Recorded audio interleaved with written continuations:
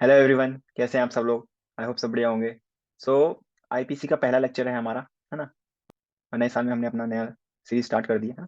सो ये comprehensive online course है ना, फॉर जुडिशरी एग्जाम एंड जो भी अदर लॉ एग्जाम है उन सब के लिए बेनिफिशियल होगा। सो आज हम लोग आईपीसी स्टार्ट करने वाले हैं।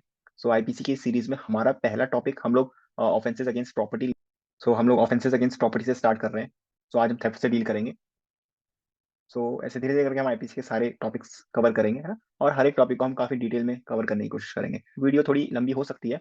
सो अगर आपको डिटेल में समझना है ना, अगर आपने थेफ्ट को डिटेल में समझना है, सो आप पूरी वीडियो को देखें। अगर आपको वीडियो पसंद आए तो वीडियो को लाइक करें, चैनल को सब्सक्राइब करें एंड कमेंट में अपना जो भी आपका फीडबैक है, जो भी डाउट है वो आप पूछ सकते हैं, है ना। डिस्क्रिप्शन में हमारा टेलीग्राम चैनल का लिंक है, आप उसको ज्वाइन कर सकते हैं। अगर आप कोई भी डाउट होता है तो मैं लाइव क्लास लेके आपका डाउट सॉल्व कर दूंगा। तो आप उसके लिए मेरा टेलीग्राम चैनल ज्वाइन कर सकते हैं। सो चलिए स्टार्ट करते हैं हम लोग। स्टार्ट करते हैं। ठीक है, प्रॉपर्टी ऑफेंसेस की बात कर रहे हैं। सो मेनली जो हमारा मेंस एरिया वाला पार्ट है ना, हम जितने भी सेक्शन देखे हैं, जितने भी हम अभी आगे पढ़ने वाले हैं, सो हम देखेंगे कि जितने भी मेंस एरिया वाला पार्ट है वो क्या बोलते हैं। ज्यादातर उसमें यही दो वर्ड मिलेंगे आपको, डिसऑनेस्टली और फ्रॉडुलेंटली, है ना। मेंस एरिया के पार्ट में आपको यही दो वर्ड देखने को ज्यादा मिलेंगे, डिसऑनेस्टली और फ्रॉडुलेंटली। हमने देखा था कि फ्रॉडुलेंटली हमारा सेक्शन 25 में दे रखा है ना। सो हम कब कहेंगे कि किसी ने फ्रॉडुलेंटली एक्ट किया है ना, if he does that thing with the intent to defraud, अगर उसका इंटेंट डिफ्रॉड करने का है और बट नॉट अदरवाइज, है ना। कुछ और इंटेंट नहीं है, सिर्फ सिंपल क्या है, अगर इंटेंशन आपका सिंपल किसी को डिफ्रॉड करने का है, ठीक है। सो हम कहेंगे कि आपने वर्क फ्रॉडुलेंटली किया है। डिसऑनेस्टली लिखा था, डिसऑनेस्टली सेक्शन 24 में दे रखा है ना। सो डिसऑनेस्टली में हमने क्या समझा था लास्ट क्लास में कि अगर कोई भी पर्सन है ना, whoever does anything with the intention, intention क्या होनी चाहिए, रॉन्गफुल गेन की या फिर रॉन्गफुल लॉस की, ठीक है। अगर कोई इस इंटेंशन के साथ कोई एक्ट कर रहा है, रॉन्गफुल गेन या फिर रॉन्गफुल लॉस का इंटेंशन है उसका, तो हम कहेंगे उसने वो, है ना, set to do that thing dishonestly. अब रॉन्गफुल गेन और रॉन्गफुल लॉस ये हमको सेक्शन 23 में देखने को मिलता है, ठीक है। सो रॉन्गफुल गेन क्या होता है कि अगर अनलॉफुल तरीके से ना किसी की प्रॉपर्टी में गेन करते हो, है ना, और उस प्रॉपर्टी के लिए आप लीगली एंटाइटल्ड भी नहीं हो, यानी उस प्रॉपर्टी का लीगली एंटाइटलमेंट है ना, लीगली कोई और उस प्रॉपर्टी के लिए एंटाइटल्ड है लेकिन अनलॉफुल तरीके से आप उसमें गेन कर लेते हो, सो आपने क्या, रॉन्गफुल गेन, ठीक है। वैसे ही रॉन्गफुल लॉस क्या होता है, रॉन्गफुल लॉस के केस में जो पर्सन उस प्रॉपर्टी में लीगली एंटाइटल्ड है ना, सो आप अनलॉफुल मीन से उस पर्सन को उस प्रॉपर्टी में लॉस कर देते हो। सो जो लीगली एंटाइटल है उसका लॉस हो रहा है, सो रॉन्गफुल लॉस है। जो लीगली एंटाइटल नहीं है ना, उसका गेन हो रहा है, सो रॉन्गफुल गेन है। ठीक है, समझ में आया आपको? ठीक है, सो डिसऑनेस्टली में बेसिकली कुछ नहीं है, रॉन्गफुल गेन हो रहा है आपको या रॉन्गफुल लॉस हो रहा है सामने वाले को, तो डिसऑनेस्टली है। ठीक है, क्लियर हो गया सेक्शन 24 25, है ना, कुछ ज्यादा कुछ है नहीं इसमें। सो आगे बढ़े।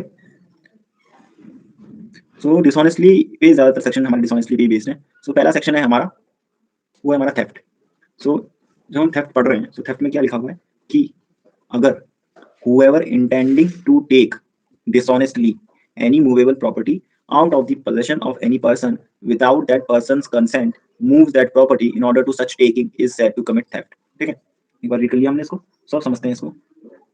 देखो क्या लिखा है, whoever intending to take dishonestly, सबसे पहले क्या लिखा है, intending to take dishonestly, whoever intending to take dishonestly। सो ये लिखते हैं हम पहले, सबसे पहले। सो थेफ्ट में सबसे पहले हमने क्या देखा, क्या लिखा है word, whoever intending to take dishonestly, ये लिखा हुआ है। तो यहां पर देखो,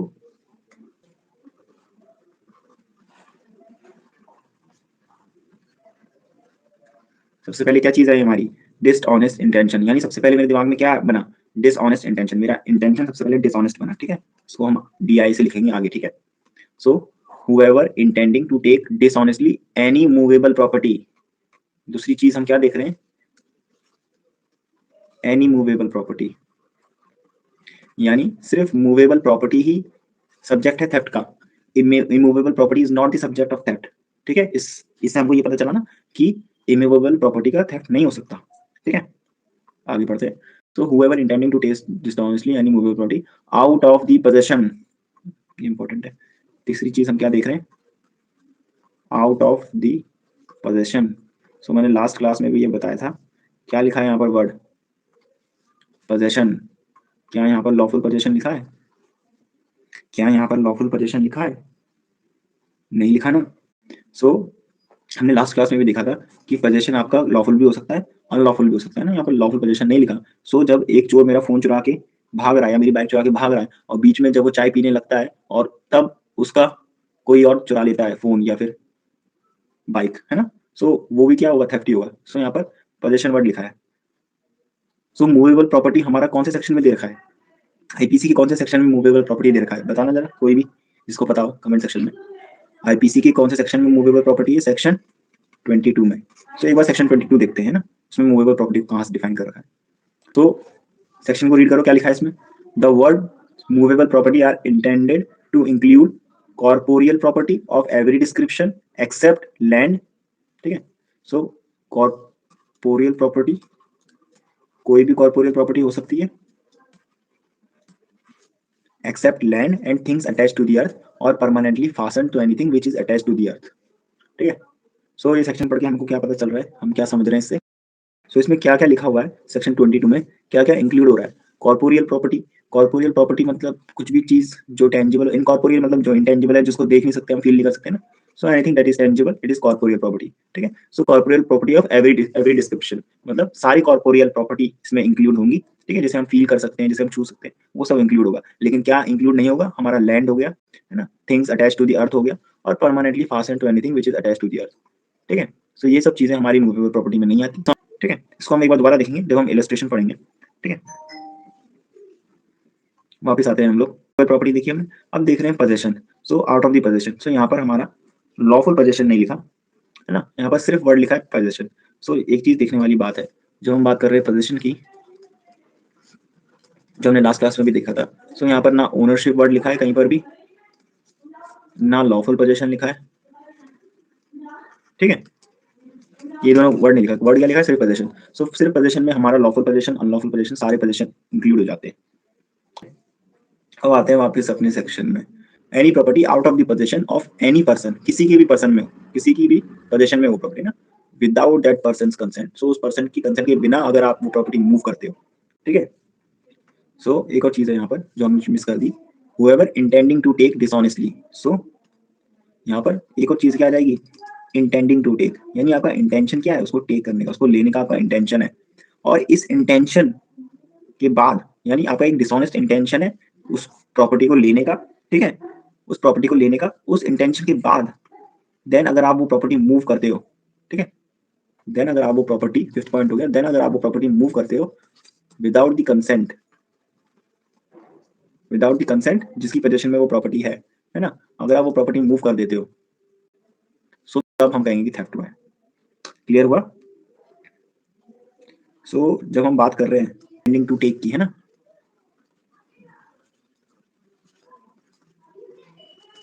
सो यहाँ पर मूव का मतलब है कि हिलाना, है ना। किस पर्पस के हिला, मूव का मतलब है आपका उसको वहां प्लेस से हिलाना, है ना। और किस पर्पस से आप उसको हिला रहे हो, उस प्लेस से किस पर्पस से हटा रहे हो, है ना, टेक करने के लिए, टेकिंग का पर्पस है आपका। ठीक है।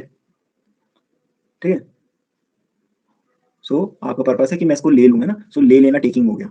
ठीक है। सो अपना पोजेशन जमाना चाहते हो आप उसमें, मैं क्लियर हो? सो आप उस प्रॉपर्टी को मूव करते हो ताकि उसको टेक कर सको, उसको ले सको वहां से। सो आप इसलिए हिला रहे हो ताकि उसको आप ले सको। सो इंटेंडिंग टू टेक, सेक्शन में क्या लिखा है, इसको अब ऐसे पढ़ना आप, जैसे मैं पढ़ रहा हूँ ना, whoever intending to take moves that property. So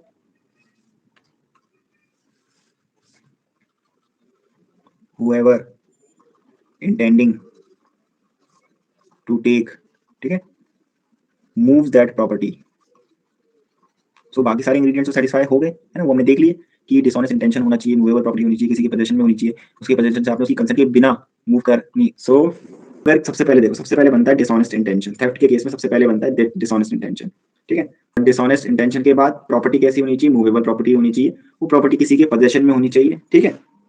और उसकी कंसेंट के बिना अगर आप वो प्रॉपर्टी मूव करते हो सो थेफ्ट होगा, है ना। सो हुएवर इंटेंडिंग टू टेक, ठीक है, सबसे पहले इंटेंशन बन रहा है उसको लेने का, इंटेंशन डिसऑनेस्ट होना चाहिए। ठीक है। So intending to take moves that property, क्या है अगली line? Whoever intending to take moves that property. ठीक है। उसके बाद क्या लिखा है? In order to such taking, यानी वो टेकिंग के लिए ही मूव होनी चाहिए।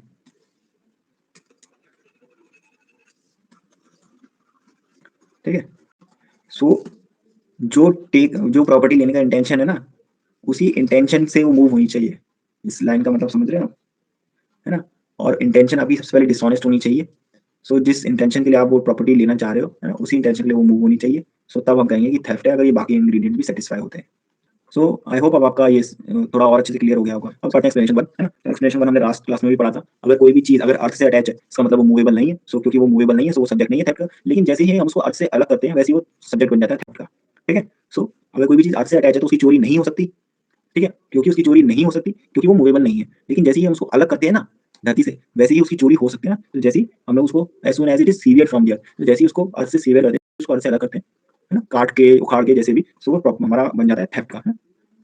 एक्सप्लेनेशन 2 में क्या लिखा है कि जैसे moving affected by the same act which affects the severance may be a theft. So जब हम देखते हैं एक्सप्लेनेशन हम 2 देखते हैं। सो एक रिंग है, ठीक है? एक डायमंड की रिंग है या फिर एक नेकलेस मान लो। ये एक नेकलेस है उसमें डायमंड लगा हुआ है। सो उस डायमंड को हटाने के लिए, है ना?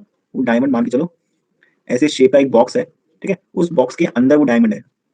सो आपको वो बॉक्स पहले खोलना पड़ेगा, है ना? बॉक्स छोटा-सा बॉक्स है क्योंकि नेकलेस के अंदर वो डायमंड लगा हुआ है। तो उस बॉक्स को आपको खोलना पड़ेगा, तब आप डायमंड निकाल सकते हो। तो जैसे ही आप उस डायमंड को अलग करते हो उस बॉक्स से, सो आपका मूविंग और सीवरेंस का एक्ट सेम है। सो जैसे ही आप उसको सेवियर करते हो उस बॉक्स से, वैसे ही वो मूव हो जाता है ना? सो जैसे ही आपने उसको सेवियर किया या मूव किया, वैसे ही थेफ्ट हो गया। सो यहाँ पर सीवरेंस का और मूविंग का एक्ट सेम है, ठीक है?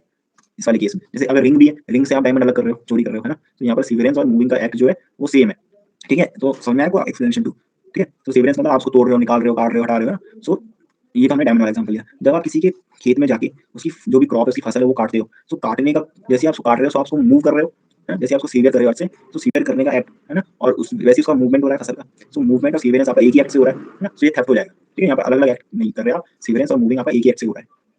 आई होप आपको ये भी क्लियर हो गया होगा एक्सप्लेनेशन 2, ठीक है? अब देखते हैं हम लोग एक्सप्लेनेशन 3, काफ़ी इंपॉर्टेंट है ये। Person is said to cause a thing to move by removing an obstacle. So कोई भी पर्सन किसी भी चीज को कैसे मूव करा सकता है, अगर वो किसी ऑब्स्टेकल से रुकी हुई है, सो ऑब्स्टेकल को हटा के, है ना? अगर किसी ऑब्स्टेकल ने उसको रोक रखा है मूव करने से, तो उस ऑब्स्टेकल को हटा के हम उसको मूव करा सकते हैं, ठीक है? या फिर वो किसी और चीज से जुड़ी हुई है, सो उसको उस चीज से अलग करके हम लोग मूव करा सकते हैं, या फिर सिंपली जो हमारा एक्चुअली मूविंग था उस चीज को ही मूव करा दो। सो बेसिकली इसमें क्या लिखा है, इसको अगर हम समझने की कोशिश करें, सो अगर कोई भी पर्सन है, अगर वो किसी भी चीज को मूव कराना चाहता है, तो थेफ्ट करने के लिए मूव होनी चीज वो जरूरी है। सो मूव कराने की एक्सप्लेनेशन 3 में 3 तरीके दे रखे हैं। 3 तरीके से वो चीज़ मूव हो सकती है। या तो अगर वो किसी ऑब्स्टेकल से वहाँ पर रुकी हुई है, सो उस ऑब्स्टेकल को ही हटा दो by removing the obstacle. Obstacle, ठीक है? क्या है पहला? Removing an obstacle which prevented it from moving. So जो उसको मूव करने से रोक रही है, उस ऑब्स्टेकल को ही हटा दो, ठीक है? दूसरी चीज़ है कि अगर वो किसी चीज़ से जुड़ी हुई है, तो उससे उसको सेपरेट कर दो। दूसरा क्या है? उसको उस चीज़ से ही सेपरेट कर दो जिससे वो जुड़ी हुई है ना? जैसे हमने डायमंड वाला एग्जांपल लिया था ना। तीसरी चीज़ है कि उस चीज़ को ही मूव कर दो, है ना? By actually moving it.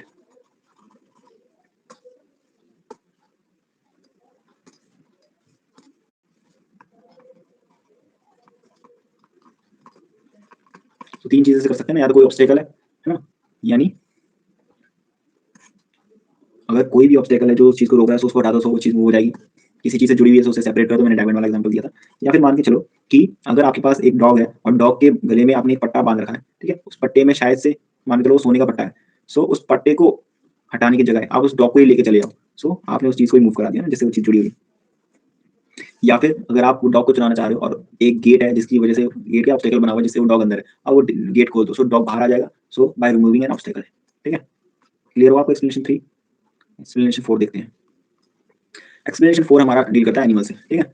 So a person who by means any means causes an animal to move. So आपने किसी भी तरीके से एनिमल को मूव करने पे मजबूर कर दिया, ठीक है? सो एनिमल को मूव कराया आपने, है ना? सो उससे क्या हुआ? It said to move that animal, या फिर टू मूव एवरीथिंग। या तो आपने एनिमल को मूव करा दिया या फिर एनिमल के साथ जो भी जुड़ा हुआ था उसको मूव करा दिया, ठीक है?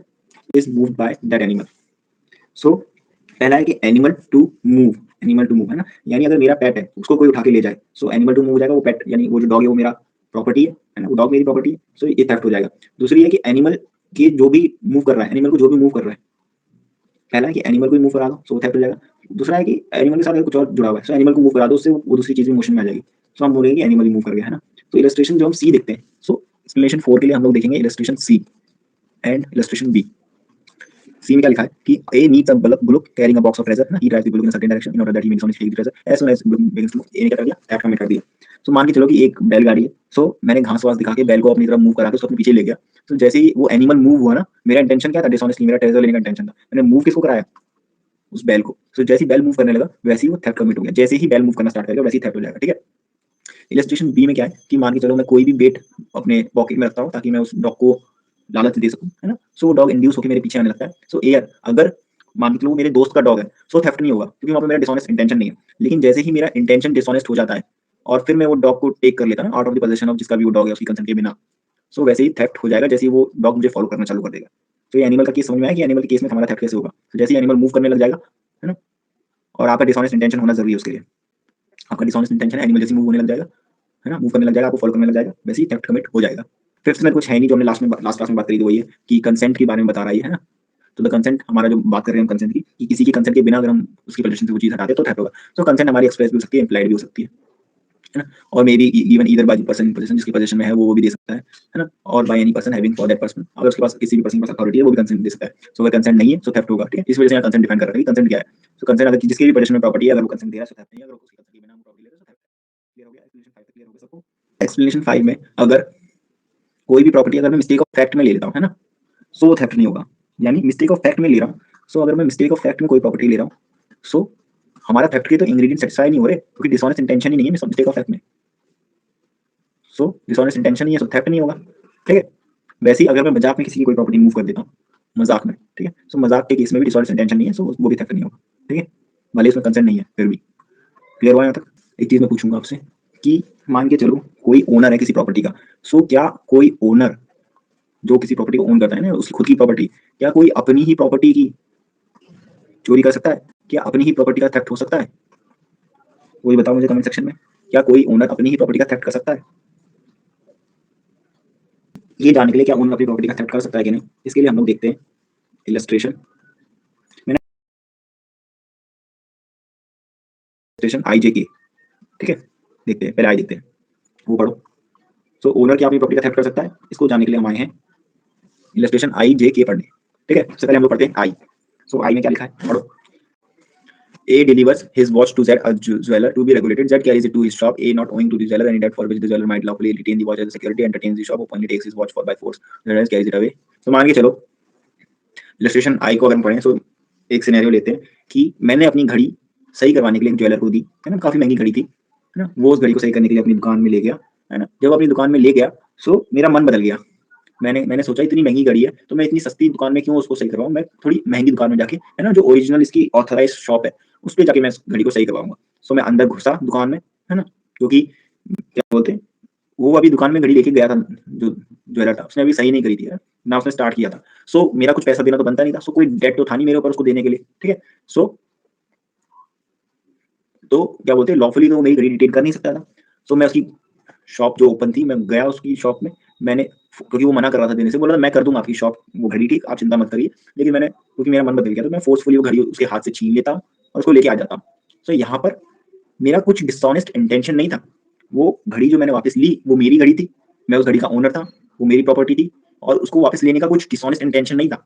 मेरा मन किया मैंने उसको दी, मेरा मन किया मैंने वापस ले ली, मैं कहीं और से सही करवा लूंगा, है ना। और उसने काम भी स्टार्ट नहीं किया था अभी, सो कुछ पैसे भी नहीं बनते थे, ठीक है। सो यहाँ पर मैंने थेफ्ट तो नहीं किया, इस केस में मैंने थेफ्ट तो कमिट नहीं किया। भले ही ये हो सकता है कि मैंने जबरदस्ती उसके घर में घुसा, मैंने फोर्सफुली उसे घड़ी ली, तो मैंने असॉल्ट या क्रिमिनल ट्रेसपास हो सकता है मेरा, लेकिन थेफ्ट तो नहीं है। ये समझ में आया इलस्ट्रेशन आई, ठीक है। सो इलस्ट्रेशन आई से पता चला कि अगर आपका डिसऑनेस्ट इंटेंशन नहीं है, सो थेफ्ट नहीं होगा, ठीक है। मेन इंग्रेडिएंट, सबसे पहला इंग्रेडिएंट हमारा यही है। अब हम पढ़ते हैं जे, ठीक है, जे पढ़ते हैं। सो A owes money to Z for repairing the watch, and if Z retains the watch lawfully as security, तो इस केस में सिमिलर सिनेरियो जो मैंने अभी आपको बताया, तो मैंने अपनी घड़ी सही कराने के लिए दी आज, ठीक है। तो एक हफ्ता हो गया, Z ने मेरी घड़ी सही कर दी, सो उस घड़ी को सही करने के लिए कुछ पैसे बने जो मुझे Z को देने हैं, है ना। सो अगर मैं पैसे नहीं देता हूँ तो लॉफुली वो मेरी घड़ी एज अ सिक्योरिटी रख सकता है, फॉर जो भी डाटा उसकी सिक्योरिटी के लिए रख सकता है। मैं जाता हूँ उसकी दुकान में, मैं बोलता हूँ कि मुझे तुमसे घड़ी सही नहीं करवानी, वो बोल रहा है मैंने तो सही कर दी, पैसे देने पड़ेंगे आपको। मैंने कहा मैं आपको 1 रुपया नहीं दूंगा, है ना। मैं जाता हूँ अपनी घड़ी उससे ले लेता हूँ, है ना। मैं A takes the watch out of that's position, उसकी पोजीशन में मेरी घड़ी थी, घड़ी मेरी थी, पोजीशन में उसकी थी, उसके पोजीशन से मैंने वो घड़ी ले ली। इंटेंशन मेरा क्या था, देखने वाली बात ये है। बाकी सारे इंग्रेडिएंट्स तो सेटिस्फाई हो रहे हैं, इंटेंशन क्या था, इंटेंशन मेरा था, मैंने जब उसकी घड़ी ली, क्योंकि उसने मेरी घड़ी सही करी जो खराब थी, सो मेरा बनता है कि मैं उसे पैसे दूँ, सो मैंने उसे पैसे नहीं दिए, सो मेरा intention of depriving Z of the property as a security for this debt. So debt नहीं चुकाना, जो उधार मेरे पे रह रहा था वो नहीं चुकाना मेरा इंटेंशन था, तो एक डिसऑनेस्ट इंटेंशन बन गया था। क्योंकि डिसऑनेस्ट इंटेंशन बन गया था, सो भले ही मैं उस घड़ी का ओनर हूँ, मैं उस घड़ी का जो लॉफुल ओनर मैं ही हूँ, राइटफुल ओनर, मेरी ही घड़ी है वो, लेकिन क्योंकि मैंने उसके जो पैसे बनते थे वो नहीं दिए, सो ज़ेड के पास एक राइट था, है ना? एज़ अ सिक्योरिटी वो रख सकता था और मैंने उसकी पोज़ीशन से उसकी कंसर्न के बिना वो घड़ी ले ली, डिसऑनेस्टली। सो क्या हो गया यहाँ पर? थेफ्ट हो गया, ठीक है? सो जो मेरा क्वेश्चन था कि क्या ओनर अपनी कर सकता है? सो इट डिपेंड्स, है ना? सो अगर जो ओनर है उसका डिसऑनेस्ट इंटेंशन है, भले ही वो प्रॉपर्टी उसकी है, सो डिसऑनेस्ट इंटेंशन होगा और अगर बाकी के इंग्रीडिएंट सैटिस्फाई होंगे थेफ्ट के, सो थेफ्ट हो जाएगा। तो सबसे इंपॉर्टेंट हम देखेंगे डिसऑनेस्ट इंटेंशन है कि नहीं, ठीक है? सो नंबर 1 पे आएगा हमारा डिसऑनेस्ट इंटेंशन, उसके बाद हम लोग बाकी के इंग्रीडिएंट्स देखेंगे। अब इलस्ट्रेशन के भी पढ़ लेते हैं, वो रह गया था। सो के में क्या लिखा है अगेन, उसी को कंटिन्यू करते हैं। If A having pond his worth, तो मैंने अपनी घड़ी गिरवी रख ली, ठीक है, ज़ेड के पास। सो गिरवी रखने के ज़ेड ने मुझे पैसे दिए, ठीक है? सो मैं जाता हूँ, मैं उस घड़ी को ज़ेड की पोज़ीशन में जो घड़ी थी उसकी कंसेंट के बिना ले लेता हूँ उससे और वो जो गिरवी रखी थी ना मैं घड़ी, उसकी जो अमाउंट था, वो भी मैंने वापस नहीं किया, है ना? सो यहाँ पर भी मैंने क्या कर दिया? थेफ्ट कमिट कर दिया। सो दो the watch is his own, भले ही वो घड़ी मेरी थी, पर मैंने वो डिसऑनेस्टली ली। अगर मैं उसके पैसे वापस कर देता, सो तब वो डिसऑनेस्ट इंटेंशन नहीं होता, है ना? तब वो थेफ्ट नहीं होता। लेकिन क्योंकि मैंने वो डिसऑनेस्टली ली, सो थेफ्ट हो गया। सो अगर डिसऑनेस्ट इंटेंशन अपनी प्रॉपर्टी पे भी है ना? यानी मेंस रे अगर प्रेजेंट है, सो थेफ्ट होगा। अगर आपका मेंस रे प्रेजेंट है और आप एक्सेस फेस कर रहे हो, सो ऑफेंस कमिट होगा, है ना? यही पढ़ा था हमने general principles of criminal liability के अंदर। क्लियर हो गया ये? तो इस क्वेश्चन का आंसर मिला आपको, क्या ओनर अपनी प्रॉपर्टी का थेफ्ट कर सकता है? Depends on the situation, facts and circumstances. अगर डिसऑनेस्ट इंटेंशन है तो जरूर जरूर कर सकता है वो अपनी प्रॉपर्टी का थेफ्ट, ठीक है? क्लियर हुआ ये? हस्बैंड और वाइफ के केस में थेफ्ट हो सकता है, यानी अगर वाइफ अपने हस्बैंड के पर्स से पैसे निकालती है तो क्या वो थेफ्ट हो जाएगा? सो हस्बैंड एंड वाइफ के केस में ना, क्या स्पाउस एक स्पाउस अगर दूसरे स्पाउस की प्रॉपर्टी अगर लेता है तो क्या वो थेफ्ट का केस बनेगा? ये देखते हैं हम लोग। सो इलस्ट्रेशन एंड पढ़ते हैं, ठीक है? So A asks charity from Z's wife. She gives A money, food, clothes, which A knows to belong to Z, her husband. Here it is probable that A may conceive that Z's wife is authorized to give away arms. मतलब यही रोटी कपड़ा मकान, वो sorry ऐसा रोटी और कपड़े। If this was A's impression, अगर ये A का impression है, so A ने थेफ्ट नहीं किया, ठीक है? So मान के चलो A एक क्या बोलते हैं,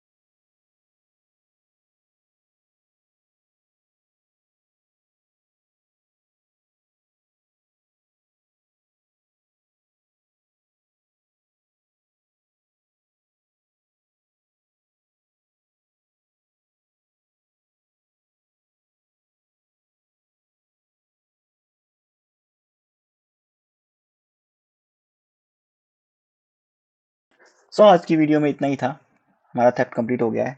सो अगर आपको वीडियो पसंद आई हो, है ना, अगर आपको थेफ्ट समझ में आया अच्छे से, सो आप वीडियो को लाइक कर सकते हैं, चैनल को सब्सक्राइब कर सकते हैं। Thanks for watching.